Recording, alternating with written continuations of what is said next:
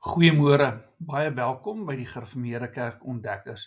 Ons skriflesing kom vanmôre uit Psalm 11, waar die vraag gevra word dat as al die fondamente wat ons samelewing ophou en sterk hou, as dit begin krummel, wat staan die gelowige of die regverdige te doen? Kom ons gaan luister saam na wat die woord van die Here ons leer. Kom ons buig ons hoofde in gebed saam. Onse Vader wat in die hemele is, ja, ons kon dit sing, dat U troon is in die hemele. U majesteit strek oor die uiteindes van die hele kosmos. Ja, U alleen is waarlik God, en U almag ken geen perke nie. U weet alles, U sien alles. En daar is niks wat U onverwags betrap nie. Ja, selfs die gedagtes in ons eie denke, selfs dit wat ons in ons harte voel en bedink, dis aan U bekend nog voor ons dit sê, voor ons dit doen. Ja, soos Dawid met ons bely, waarheen sal ons gaan om van U gees af weg te kom? En Vader, dit maak ons klein. Dit maak ons nietige mense voor die aangesig van 'n heilige God, wat almagtig is. Wat die sonde nie maar net onder 'n mat invee nie, maar wat volmaak, reg en regverdig is, en die sonde veroordeel, en elkeen haat, wat onbekeerd met sy sondes voortgaan, asof God nie leef of bestaan nie. Maar Here, dis nie wie ons is nie. U het ons reeds deur die Gees bymekaar gemaak, bymekaar gebring, omdat ons net in Christus regverdig is. Omdat ons net in Christus meer as oorwinnaars is. Ons kon dit ook uitjubel en ons kon dit besing. Want Here, ja, U kroon ons as U kinders, mede-erfgename van alles wat aan Jesus behoort. Terwyl ons elkeen voor U sit vanmôre, met 'n belydenis van sonde in ons eie harte. U weet dit, U ken dit. Vader, vergewe ons. Kyk altyd na ons, in Jesus naam. Ons is in Sy naam by mekaar, ons kom sit by U voete, om deur U geleer, bemoedig en versterk te word. Wil U self voorgaan, wil U self vertroos, bemoedig, waar U weet ons dit so nodig het. Maar maak U ons sterk, dat ons in die geloof sterk kan staan, en dat ons elke dag, elke oomblik by Christus sal bly. Dit bid ons in Sy naam alleen. Amen. Ons skriflesing kom vanmôre uit Psalm 11, vers 1 tot 7. Psalm 11, vers 1 tot 7, vir die musiekleier van Dawid.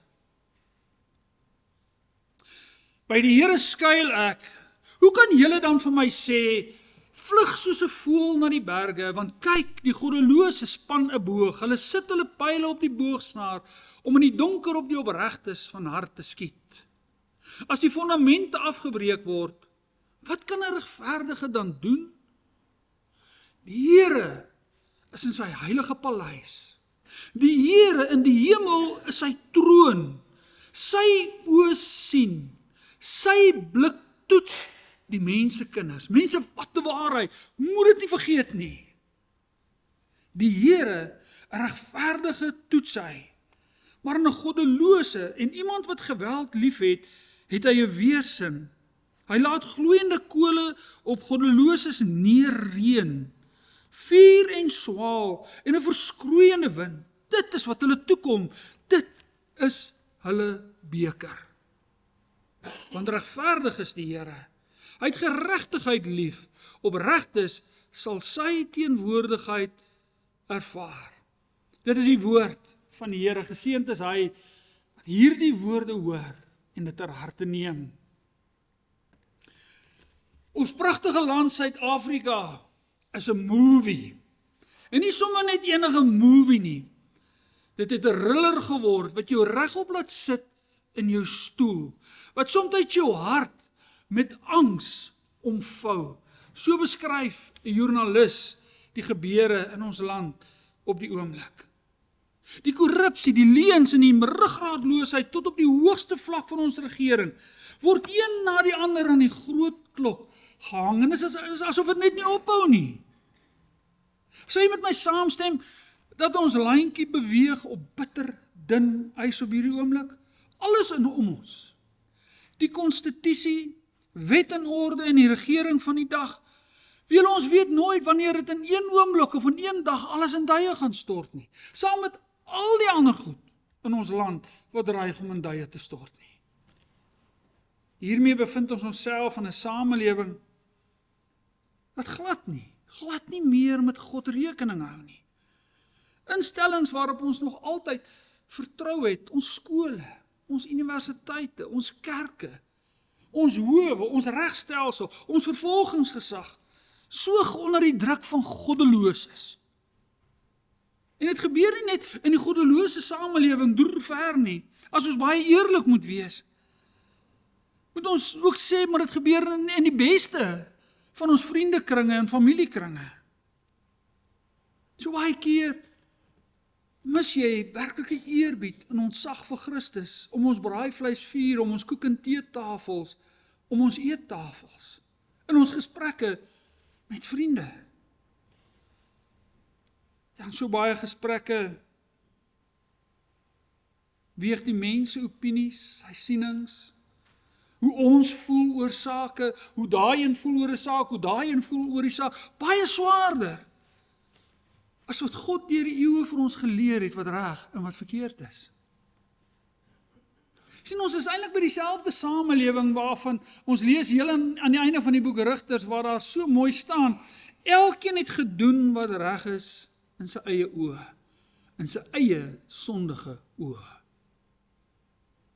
Soms wens ek was soos my kinders 'n bietjie jonger gewees, sodat ek soos baie ander jong mense iewers elders kon gaan bly in die wêreld waar dit blyk groener weivelde is. 'n Land waar ek nie met onbevoegde en traagmynieagtige amptenare hoef te sukkel nie.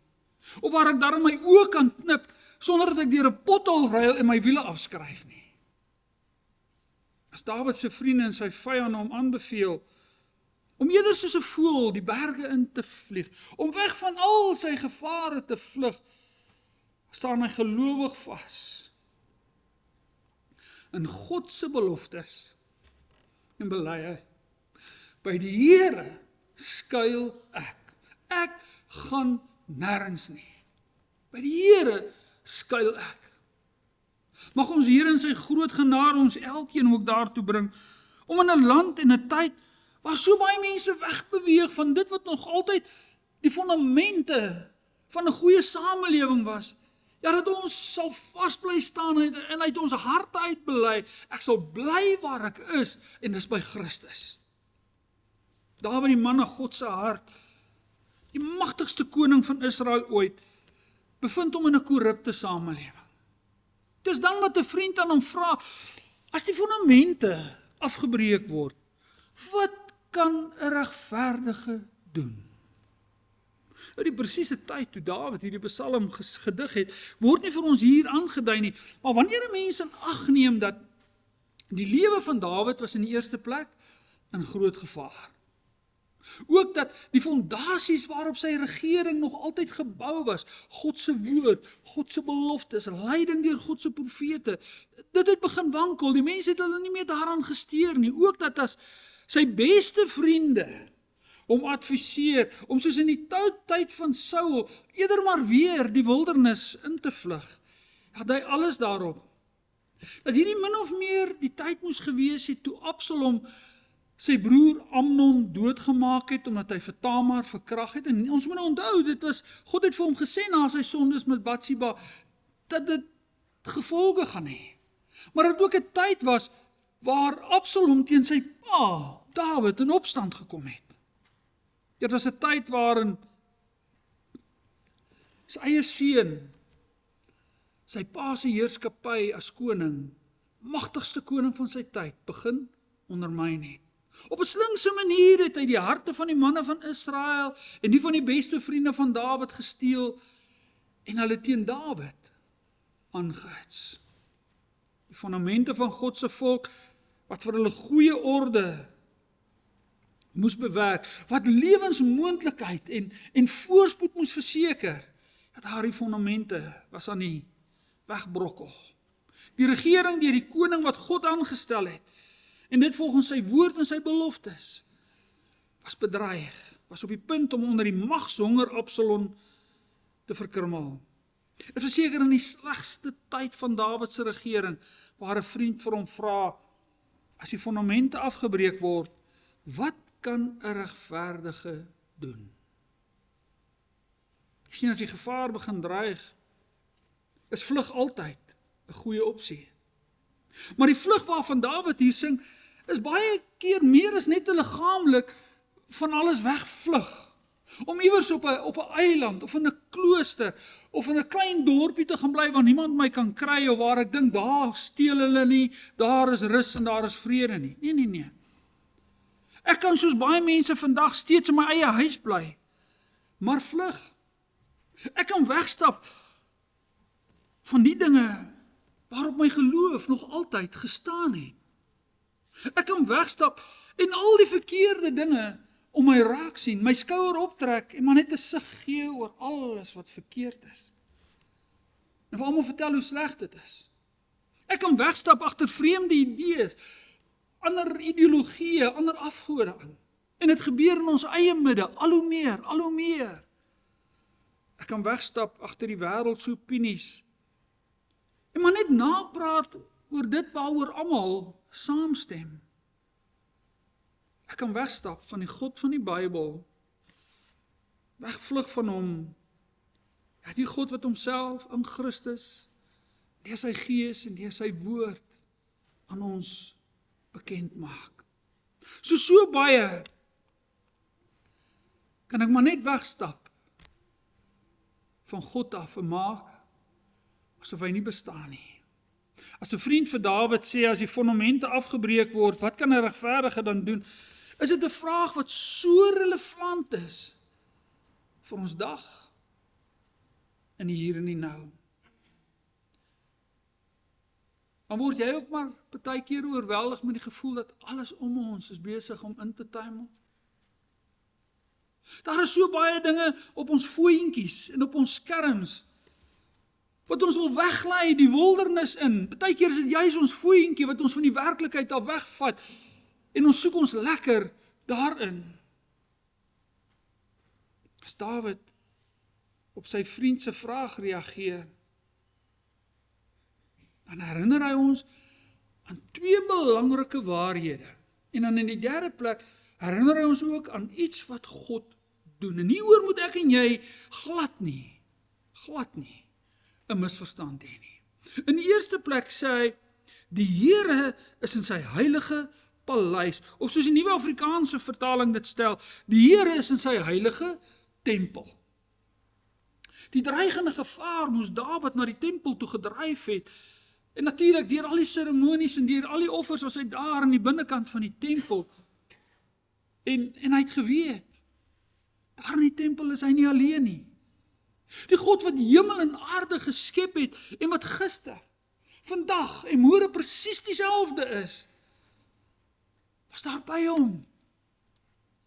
Hy gaan tempel toe om by God te wees, om naby God te wees. Vir Dawid was God nooit 'n verre God wat agteroor teruggesit het en niks met sy skepping of sy kind te doen gehad het nie. Hy het geweet dat hy kan nêrens weg van God afgaan sonder dat sy gees by hom is nie. Gaan lees weer Psalm 139. Maar die beste plek om by God te wees, van sy teenwoordigheid bewus te wees, was in sy tempel, by God. Vandag weet ons, vandag weet ek en jy, op grond van God se groot genade, dat die hele tempel, met sy tempeldiens en sy offergawes en al sy seremonies, maar net 'n skadubeeld was van Christus. Sy volmaakte offer aan die kruis, gee ons die sekerheid dat God deur sy Gees tot in ewigheid by elke kind van hom is. Dat hy ons Vader is en ons skuilplek teen gevare. Dat ek en jy met vrymoedigheid elke oomblik na hom toe kan gaan, net soos nou, waar ons by hom is en by sy voete sit. As alles wat vir my belangrik en kosbaar is, om my verkrummel en ek voel asof die fondasies onder my geskit word, kan ek verseker weet, terwille van Christus, is God by my en ek by hom. Tot in ewigheid is hy by my deur sy Gees. Dis sy belofte aan elkeen van ons. In die Ou Testament ingeskryf, in die Nuwe Testament verseker deur Christus met ons gedeel. Daarom is dit altyd die belangrikste besluit om te maak. Ek sal bly waar ek is, by Christus. Die tweede waarheid wat hy met ons deel is, die Here in die hemel is sy troon. God wat in sy tempel, God wat in Christus naby sy kind is ook in die hemel, vanwaar hy as die enigste ware God, met sy almag en met sy alwysheid heers en regeer. Nie net sorg hy vir groot, vir klein, vir almal nie, maar niks, net mooi niks, gaan buite sy beheer om nie. Hy bestuur selfs ons sondige dade en ons sondige besluite, sodat hy sy doel daarmee kan bereik. Gaan lees maar net weer die geskiedenis van Josef, hoe God mense se besluite kan bestuur vir sy eie beswil, en tot sy kinders se saligheid. Geen wêreldmag, hoe groot en hoe bo, sal vir ewig regeer nie. Die geskiedenis van die wêreld het ons ook geleer, dat elke slegte regering sal een of ander tyd tot 'n val kom. Ook Josef se broers, dink vir hoeveel jare het hulle gedink hulle kan wegkom met hulle leuns. Tot op 'n dag wat Josef voor hulle staan. En al die leuns moet uit en die waarheid kom op die tafel. Is dalk nie vandag nie, dalk nie môre nie, maar omdat God reg en geregtigheid is, sal die waarheid uitkom een of ander tyd. As die fondasie skud, onthou, die Here regeer. Hy is met majesteit bekleed. Die Here beklee hom met krag omgord hy hom. Ja, die wêreld staan vas. Dit wankel nie. God se troon staan van ewigheid af en dit sal bly staan tot in ewigheid. En as jy ooit hieraan twyfel, kyk na die kruis. Daardie Vrydag, daardie Sondag, toe geen mens kon dink dat God is in beheer nie. Toe hy fyn bereken en beheer, om vir ons verlossing te bring. Daarom kan ons Here self aan die einde, net voor hy opgevaar het na die hemel, die sekerheid gee, aan my is gegee alle mag in die hemel en op die aarde, en kyk, ek is met julle al die dae, tot aan die volëinding van die wêreld. Hoor julle, in hierdie woorde is Jesus eintlik die een wat die vervulling gee van Dawid. God is in sy tempel, God sit op sy troon. Dis Christus. Lyk dit asof alles om ons in duie stort. Maak die besluit. Ek sal bly waar ek is, by Christus. In die derde plek bely hy, en hy leer vir ons iets wat God doen.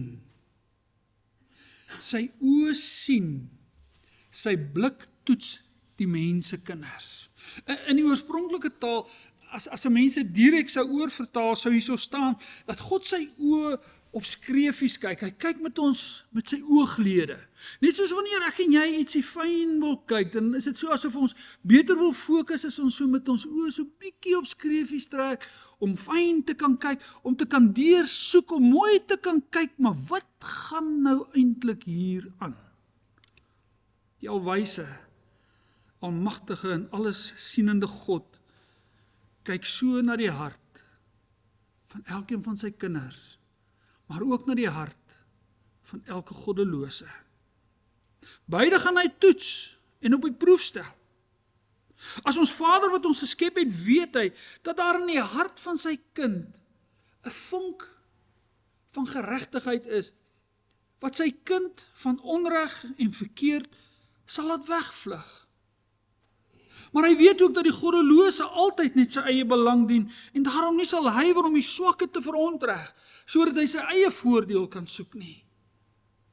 God toets elke mens, en dan staan daar letterlik in vers 5, gaan lees dit weer by die huis, sy siel haat die wat geweld liefhet. Sy siel, met alles wie God is, haat hy die een wat geweld liefhet. God haat die een wat die swakke verontreg. Hy haat die een wat ten koste van die arme homself verryk. Hy haat die een wat wetteloosheid aanhits en wat reg verkeerd noem en dit wat verkeerd is reg noem. Hy haat die mens wat sy kinders wil weglei van die evangelie af. Jy sien, daar is 'n onbybelse leuen wat in die wêreld vertel word, selfs onder gelowiges, dat God haat die sonde, maar nie die sondaar nie. Waar staan dit in die Bybel? Dis 'n onbybelse leuen. Hierso is dit baie duidelik, God haat met alles in hom die onbekeerde sondaar wat op sy sondaarspad onbekeerd wil voortgaan en maak asof God nie bestaan nie. Hy haat elkeen wat onbekeerd onreg preek, soveel so, dat hy met hulle doen, dit wat hy met Sodom en Gomorra gedoen het. Hy laat gloeiende kole, sing Dawid hier, op hulle neerreën, en hulle beker van oordeel sal hulle drink. God veroordeel hulle, hy vernietig hulle. Ek weet, dis woorde wat die moderne mense haat. Mense wil mos nie meer van God se oordeel hoor, van die preekstoel af nie. My broer, my suster, neem dit ter harte. God haat onreg en die onregpleger. Enige mens wat 'n swakke uitbuit, homself ten koste van die arme verryk, God haat so 'n mens. En dit geld op alle vlakke.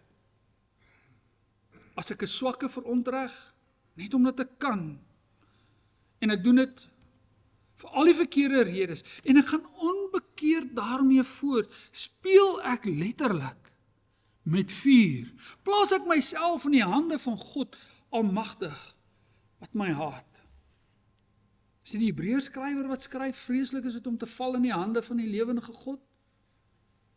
As die lewende God, die een wat onreg pleeg, met alles in hom haat, kan ons met reg vra, maar wie kan by die heilige God gaan skuil? Hoe kan Dawid dit sing? Hoe kan hy dit waag om te sing dat hy skuil by die Here? Ons wat so baie keer ons eie voordeel soek, en soms nie sal skroom om iemand te benadeel, net om onsself te bevoordeel nie. In 'n samelewing waar goddeloses die fondasies laat tuimel, sing Dawid, wat kan 'n regverdige dan doen? Wie is die regverdige van wie hy hier sing? Hoe kon Dawid, van alle mense, wat Uria doodgemaak het om sy vrou te vat, terwyl hy al die vrouens gehad het wat hy kon vat, hoe kon hy sing dat hy 'n regverdige is, en dat hy by die Here kan gaan skuil? Die goue hoogtepunt van die hele Bybel staan so mooi neergeskryf in Genesis 15 vers 6. Daar staan, en is Abraham wat hier ter sprake kom, dis Abraham, het die Here geglo. En dis God het dit vir hom, Abraham, as geregtigheid toegereken. Abraham vat God op sy woord, dat God hom regverdig gaan maak.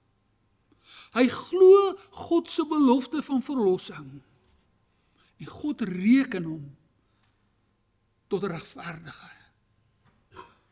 Net 'n ware geloof in God se belofte van genade, verlossing, maak die onregverdige sondaar regverdig voor die lewendige God. Dawid was 'n man na God se hart, omdat ook hy, net soos Abraham, soos al die Ou Testamentiese gelowiges, God op sy belofte woord gevat het,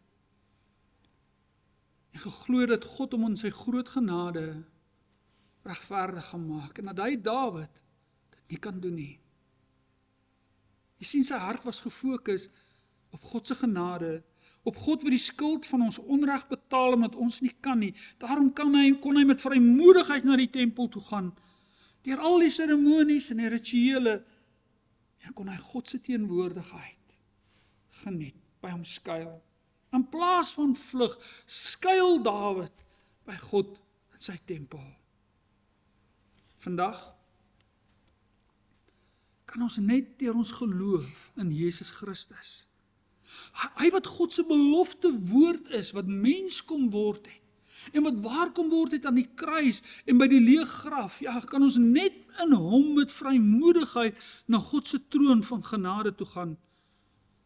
Want sien, net in Christus is ek en jy ook regverdig is. Ons kon sing, ons is meer as oorwinnaars. Ons kon dit uitjubel.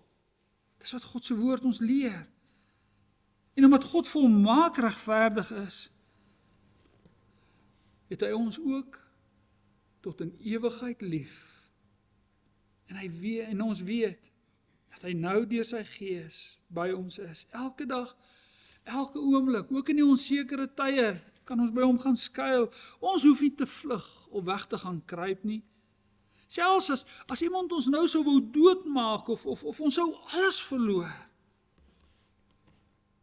ons gaan vir ewig by God en by Christus wees. Dit kom, dis sy belofte. Bidend deur die krag van die Gees en in die lig van die Bybel kan ek bely, ek sal bly waar ek is, by Christus. Al word die fundamente van ons samelewing op hierdie oomblik geskit en ondermyn, ons hoef nie te vlug nie. Ons kan eerder moed skep en weet dat God in Christus en deur sy Gees by elkeen van ons is. Weet dit, my broer, my suster, moet nooit hieraan twyfel nie. Maar verder kan ons diep asemhaal en verseker weet dat God in beheer is. Al wil die wêreld en ons omstandighede en ander mense ons wil hulle ons anderste oortuig. Maar dit moet ons ook nie vergeet nie. God haat die een wat onreg pleeg en onbekeerd daarmee voortgaan. Jy maak 'n baie groot fout. 'n baie groot fout. Mag die Gees ons elkeen daarin lei dat ons reg en geregtigheid sal lief hê en nastrewe. Net soos wat ons hemelse Vader dit lief het op alle terreine, met my tuinwerker, my huishulp, maak nie saak, enige iemand wat die Here op my pad bring, terwyl ons bidend deur die krag van die Gees bly waar ons is, by Christus. Amen. Kom ons bid saam. Ons hemelse Vader, Here, dankie dat U woord so duidelik is. Dankie dat ons kan weet, U is vir ons 'n veilige skuilplek teen gevare. Maar bo alles, ja bo alles, dat ons in Christus by U kan wees en weet U is by ons. Ja, sonder ons af. Heilig ons, sodat ons tot U eer kan lewe in 'n wêreld wat nie meer so lewe nie. 'n Wêreld wat U nie ken nie. 'n Samelewing wat U nie ken nie. 'n Regering wat glad nie rekening hou met U nie. Help ons om in hierdie tyd ligbakens te wees van U almag, van U liefde en U regverdigheid. Wil U ons kragtig hierdeur aanspoor deur U Gees, dat ons altyd in liefde sal staan waar ons is, by Christus. Ja, ons weet, ons kan dit nie in eie krag doen nie, en daarom bid ons vir die leiding deur U Gees, vir die krag wat van U Gees afkom, sodat ons werklik vas kan staan. Vader, ons dankie vir U woord, wat so duidelik is. Dankie vir die heerlike voorreg om as gemeente by mekaar te kan kom en na u woord te luister, om u te loof en te prys. Watter voorreg is dit nie dat ons dit nog in hierdie mooi land van ons kan doen nie. Mag ons dit nooit as vanselfsprekend aanvaar nie. Mag ons lewens getuig van ons dankbaarheid teenoor u, vir ons verlossing, maar vir al die seëninge wat ons elke dag geniet. Wees saam met elkeen van ons in die week wat voorlê. Ja, as ons siekte het, as ons worstel, as ons stryd voer, lei u ons soos wat u weet, elkeen van ons nodig het.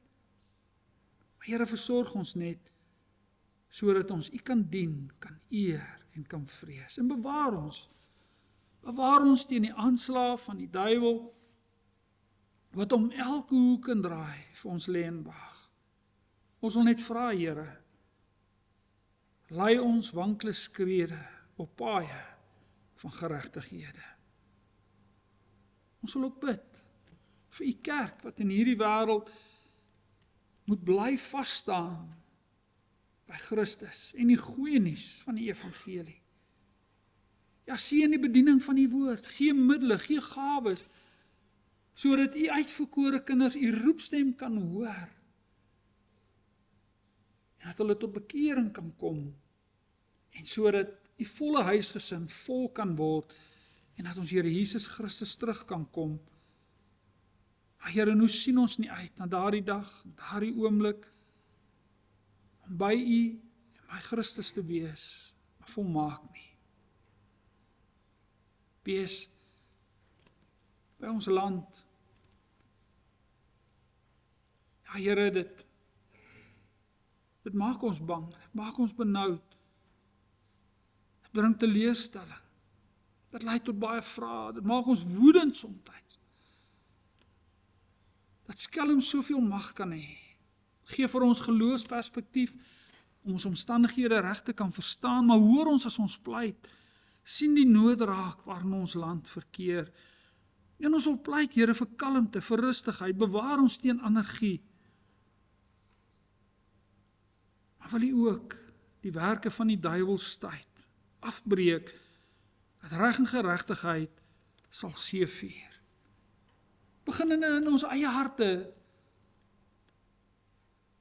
dat ons, waar ons in ons huise is, met ander mense werk, waar ons by die werk is, op die markplein, by die skool, by die universiteite, ja, dat ons ligdraer sal wees, en dat ons ook daar sal bly by Christus.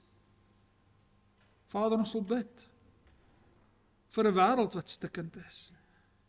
Ja, ons bid in die eerste plek vir hulle wat in uiterste ellende is, armoede, swaar kry, vrouens en kinders wat verontreg word deur mense wat mag en krag het. Wil U uitkoms gee volgens U wil, maar wil U ons harte altyd fokus. En in ons harte 'n toekomsheimwee vestig, terwyl ons uitsien na die koms van ons Here, terwyl ons saam met die Gees uitroep, kom Here Jesus Christus, kom gou. Ons bid dit alles in die naam van ons Here en Verlosser, Jesus Christus. Amen.